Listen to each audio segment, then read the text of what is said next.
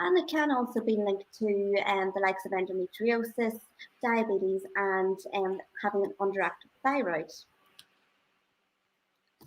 Now, there is a huge economic cost of constipation to the NHS.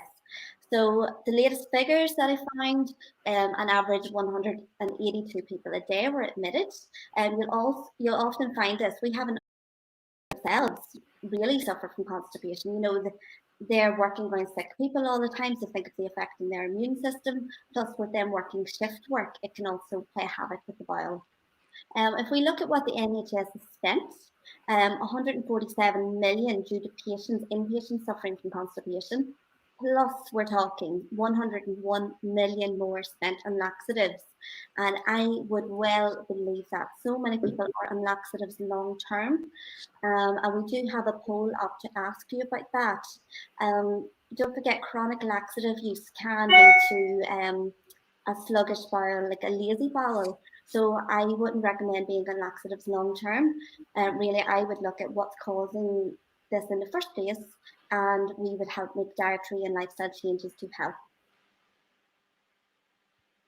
So, and I would well, totally inaccurate.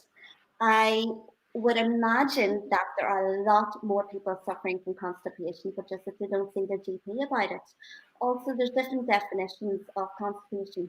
For me personally, I would say that if you're not going to the bathroom, good, healthy, solid movements that are easy to pass on a regular basis, I mean a daily basis, well, then you're definitely feeling a bit more sluggish and your digestive system could be working that bit more efficiently. So it's interesting that nearly 40% of people just feel that constipation is minor and they don't need to seek help about it. And I would say we need better awareness of this issue and how it can impact on your wider overall health, bearing in mind all health stems from the gut. So if you better awareness of this issue. Some of that there, what if you're the other way around? I get this a lot actually. A lot of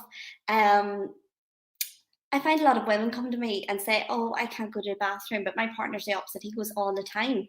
But whenever I do start to ask a few more questions about that, actually the partner mightn't be that healthy. They might be going more often in a day, but it could be that they are having loose movements and their tummy's actually quite inflamed.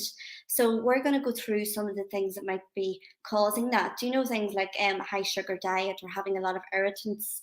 Men hold a lot of stress and don't talk about it. So yes, I would say if you are going more often and showing signs of like an irritated bowel, so think of like irritable bowel syndrome, well then surely I would help you on a diet and supplementation and lifestyle factors to get you regulated again. So are we all set to talk about 7 tips for a healthy gut? I hope you've all answered the poll at this point because of a lot more questions to ask you as we go through. So let's get started with tip number 1. This is a biggie. I think everybody's routine has changed.